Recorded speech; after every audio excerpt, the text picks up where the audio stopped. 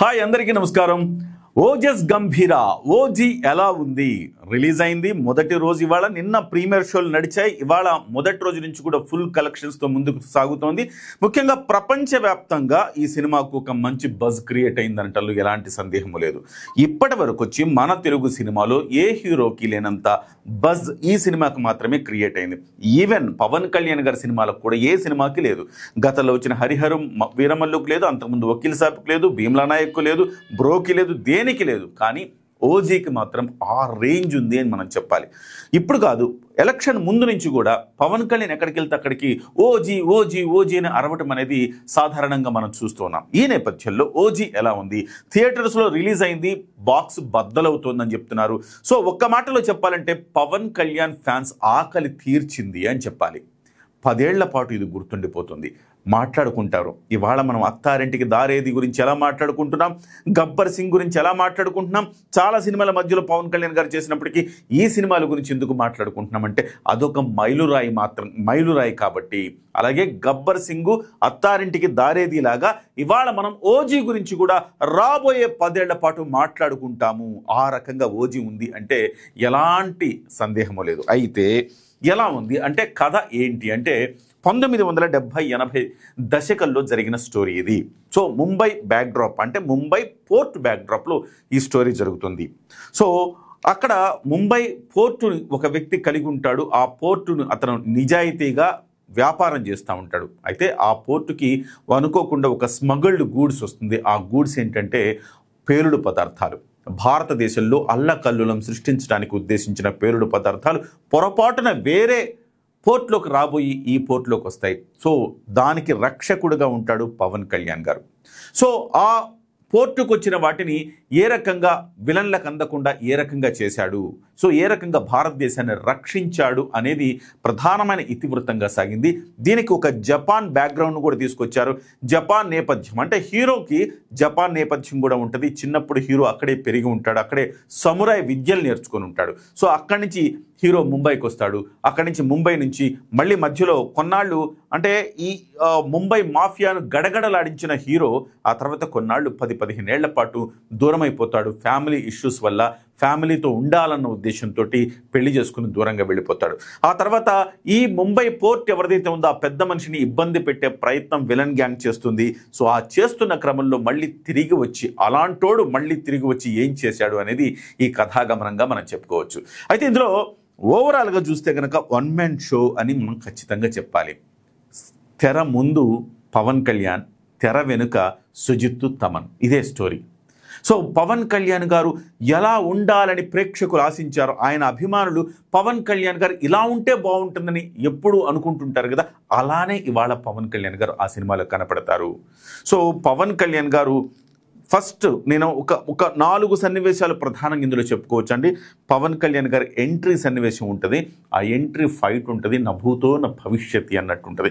అద్భుతంగా ఆ కెమెరా పనితనం కావచ్చు, ఆ కొరియోగ్రఫీ కావచ్చు, అలాగే డైరెక్షన్ సుజిత్ గారి డైరెక్షన్ కావచ్చు, ఆ బీజిఎం కావచ్చు, కుమ్మి పడేస్తాయని చెప్పాలి. సో ఆ ఫస్ట్ ఫైట్ దగ్గర నుంచి మనం చూసుకుంటే ఆ తర్వాత పవన్ కళ్యాణ్ గారు వచ్చిన తర్వాత అంటే దాదాపు 10-15 నిమిషాల పాటు పవన్ కళ్యాణ్ గారు సినిమాలో ఆలస్యంగా ప్రవేశిస్తారు. కానీ ఆలస్యంగా పవన్ కళ్యాణ్ గారు వచ్చారన్న సంగతి మనకి ఎక్కడ కూడా అర్థం కాదు. ఎందుకంటే మనం స్టోరీలో మనం లీనమైపోతాం కాబట్టి పవన్ కళ్యాణ్ గారు ఇంకా రాలేదేంటి అన్న భావన మనకు కలగదు. 15 నిమిషాల తర్వాత పవన్ కళ్యాణ్ గారు వస్తారు. వచ్చిన తర్వాత ఆ ఫైట్ సీక్వెన్స్తో పవన్ కళ్యాణ్ గారు ఎంట్రీ ఇచ్చిన తర్వాత అక్కడి నుంచి కూడా సినిమా ఎక్కడ ఆగదండి, అలా వెళ్ళిపోతూ ఉంటుంది. తర్వాత ఆయన లవ్ స్టోరీ వస్తుంది.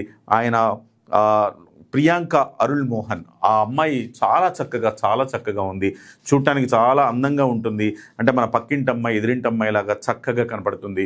సో చాలా హృద్యంగా ఉంటాయి వాళ్ళిద్దరి మధ్య సన్నివేశాలు మనం చెప్పాలి. సో ఒకే ఒక్క పాట ఉంది.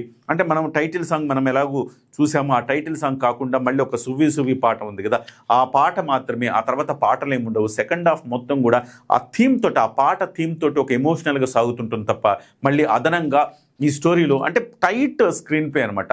Power packed high voltage action drama ఇది. సో ఇందులో మళ్ళీ పాటలు నిరికించి దాన్ని వీక్ చేయటం ఇష్టం లేదని బహుశా సుజిత్ భావించుంటాడు, వీక్ అవుతుందని. అందుకే ఏ పాట కూడా అక్కడ పెట్టకుండా సుజిత్ దాన్ని టైట్గా నెరేషన్ చేసుకుంటూ వెళ్ళిపోయాడు. సో ఒక్కసారి ఇంటర్వెల్ సన్నివేశానికి ముందు ఒక హైలైట్, ఇంటర్వెల్ బ్యాంగ్ పడే ముందు ఒక హైలైట్ సన్నివేశం వస్తుంది. దాంతో ఇంటర్వెల్ బ్యాంగ్ పడుతుంది. ఆ తర్వాత మళ్ళీ ఒక పోలీస్ స్టేషన్ సీక్వెన్స్ ఉంటుంది. అది మాత్రం గూస్ బంప్స్ అంటే అతిశయోక్తి కాదు. అంటే మనం అలా లేచి నిలబడతాం, అరుస్తారు కూడా ప్రేక్షకులు. ఒక్కసారి పవన్ కళ్యాణ్ గారి పవర్ఫుల్ డైలాగులు, యాక్షన్ తోటి ప్రేక్షకులు కూడా అన్యోపదేశంగా, అంటే అనాలోచితంగా మనకు తెలియకుండానే మనము గట్టిగా అరుస్తామన్నమాట. అలాంటి ఒక గూస్ బంప్స్ వచ్చే ఒక సీన్ మనం పోలీస్ స్టేషన్ సీన్ అని చెప్పుకోవాలి. ఆ తర్వాత నుంచి చూస్తే సినిమా కొంత అంటే సెకండ్ హాఫ్లో కొన్ని చోట్ల కొంత ల్యాగ్ ఉన్నప్పటికీ కూడా మళ్ళీ క్లైమాక్స్కి వచ్చేటప్పటికి మళ్ళీ పీక్స్కి తీసుకెళ్ళిపోతాడు. క్లైమాక్స్లో ఊహించని ట్విస్ట్ వచ్చేస్తుంది. క్లైమాక్స్లో ఆ రకంగా సినిమాని ఆల్మోస్ట్ విలన్ల నుంచి ఆ పేలుడు పదార్థాలను విలన్లకు దొరకనీయకుండా విలన్లను మట్టుబట్టే కార్యక్రమం ఫైనల్గా జరుగుతుంది. ఓవరాల్ ఈ సినిమాలో ప్రకాష్ రాజ్ గారు చాలా చక్కగా చేశారు. ప్రకాష్ రాజ్ గారు ఎందుకున్నారు ఏంటి అని మనం భావించాం. చాలా సందర్భాల్లో చాలామంది అభిమానులు ప్రకాష్ రాజ్ ఉదయం లేస్తే పవన్ కళ్యాణ్ గారిని తిడుతూ ఉంటారు కదా, అలాంటి ప్రకాష్ రాజ్ని ఎందుకు తీసుకున్నారన్న భావన చాలా మందిలో ఉంది. అయితే ప్రకాష్ రాజ్కి కరెక్ట్గా ఆయనకు పోత పోసినట్టుండే క్యారెక్టర్ అది. కాబట్టి ప్రకాష్ రాజ్ అయితేనే దానికి బాగుంటుందని బహుశా దర్శక నిర్మాతలు అనుకుని ఉంటారు. పవన్ కళ్యాణ్ గారు కూడా అలాంటి సినిమాలు వేరుగా, రాజకీయాలు వేరుగా చూస్తారు కాబట్టి ఆయన కూడా అభ్యంతరం చెప్పుకోవచ్చు. అందుకే ప్రకాష్ రాజ్ని ఆ సన్నివేశాల్లో, ఆ క్యారెక్టర్లో ఇమిడిపోయాడని చెప్పాలి. ఆ తర్వాత శ్రీయారెడ్డి చాలా పవర్ఫుల్ పాత్రలో శ్రీయారెడ్డి చేసింది. చాలా మంచి డైలాగులు, ఫెరోషియస్గా శ్రీయారెడ్డి క్యారెక్టర్ కూడా ఉంటుంది. ఆ తర్వాత శ్రీయారెడ్డితో పాటుగా మరికొంతమంది పక్కన, అంటే అర్జున్ దాస్ అనే ఒక క్యారెక్టర్ ఉంది. అర్జున్ దాస్ కూడా అతనే మనకి గ్లిమ్స్లో వాటన్నిటిలో అలాంటోడు మళ్ళీ వస్తున్నాడంటే అంటాడు కదా, సో ఆ వాయిస్ ఓవర్ అతందే. సో అలాంటి అర్జున్ దాస్ కూడా ఒక మంచి క్యారెక్టర్ ప్లే చేశాడు ఇందులో. ఓవరాల్గా చూస్తే కనుక cinema super duper hit, block buster అని చెప్తున్నారు. సో పవన్ కళ్యాణ్ గారిని గత 10 ఏళ్లుగా ఎలా చూడాలి, అత్తారింటికి దారేది తర్వాత పవన్ కళ్యాణ్ గారి మానియా కనబడట్లేదు. చాలా సినిమాలు వచ్చినాయి మధ్యలో, బ్రో అంటేనో, వకీల్ సాబ్ అంటేనో, భీమ్లా నాయక్ అంటేనో ఏవేవో వచ్చినాయి, కానీ ఎక్కడా ఏదో ఒక వెలితి, అజ్ఞాతవాసి నుంచి అనేక వెలుతులు ఉన్నాయి. సో హరిహర వీరమల్లు కూడా బాగుంది, సినిమా హిట్ అయింది అనుకున్నప్పుడు కూడాను హరిహర వీరమల్లో కూడా పవన్ కళ్యాణ్ని కావలసినట్టుగా చూడలేదు. కాబట్టి ఇది ఐ ఫీస్ట్ అని చెప్పాలి. పవన్ కళ్యాణ్ గారి ఫ్యాన్స్కి ఒక రకంగా చెప్పాలంటే పవన్ కళ్యాణ్ గారి ఫ్యాన్స్ ఎట్లా ఎమోషనల్ అయిపోతున్నారంటే ఏడ్ చేస్తున్నారు సినిమా చూసి.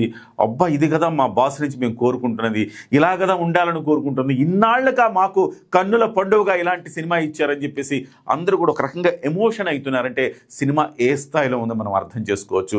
ఓవరాల్గా తమన్ హ్యాట్స్ ఆఫ్, ఎర్రగా తీశాడు. తమను మాత్రం మామూలుగా చేయలేదు. తమను ఒకవైపు సుజిత్ వేగానికి తగ్గట్టుగా తమను బీజిఎం వెరసి పవన్ కళ్యాణ్ గారి పవర్ ప్యాక్డ్ ఒక యాక్షన్ డ్రామా వచ్చేసిందని చెప్పాలి. ఎస్పెషల్లీ నేను ఒక మాట చెప్తానండి, పవన్ కళ్యాణ్ గారు వెపన్స్ని వాడినట్టుగా బహుశా ఎవ్వరు వాడకపోవచ్చు అని చెప్తాను. ఎందుకంటే గన్స్ని ఆయన వాడతారండి, దడా వాడతాడు. ఎట్లా గన్స్ని ఇట్లా కాలుతో కూడా లేపుతాడు. సో అట్లానే నాన్ చాక్ వాడతాడు, తర్వాత కత్తి కావచ్చు, ఇట్లాంటివన్నీ కూడా పవన్ కళ్యాణ్ బహుశా ఆ వెపన్స్ని పవన్ కళ్యాణ్ గారు వాడినట్టుగా బహుశా ఏ హీరో వాడడేమో. అందుకే పవన్ కళ్యాణ్ గారికి నచ్చింది ఆ సినిమా. పవన్ కళ్యాణ్ గారిని మెచ్చుతారు ఆ సినిమా చూసి. పవన్ కళ్యాణ్ గారి బాడీ లాంగ్వేజ్, పవన్ కళ్యాణ్ గారి యాటిట్యూడ్, పవన్ కళ్యాణ్ గారి ఆరోగెన్స్, ఇవన్నీ కలగలిపితే ఓజీ అని మనం చెప్పాలి.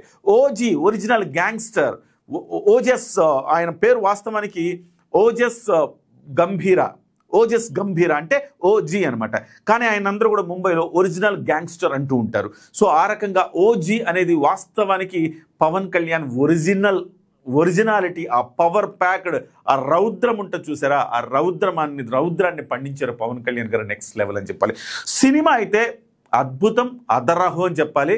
ఇది ఒక 10 ఏళ్ల పాటు గుర్తుండిపోతుంది. బాస్ పవన్ కళ్యాణ్ కెరీర్లో ఇది హయ్యెస్ట్ గ్రాసర్గా నిలవబోతుంది.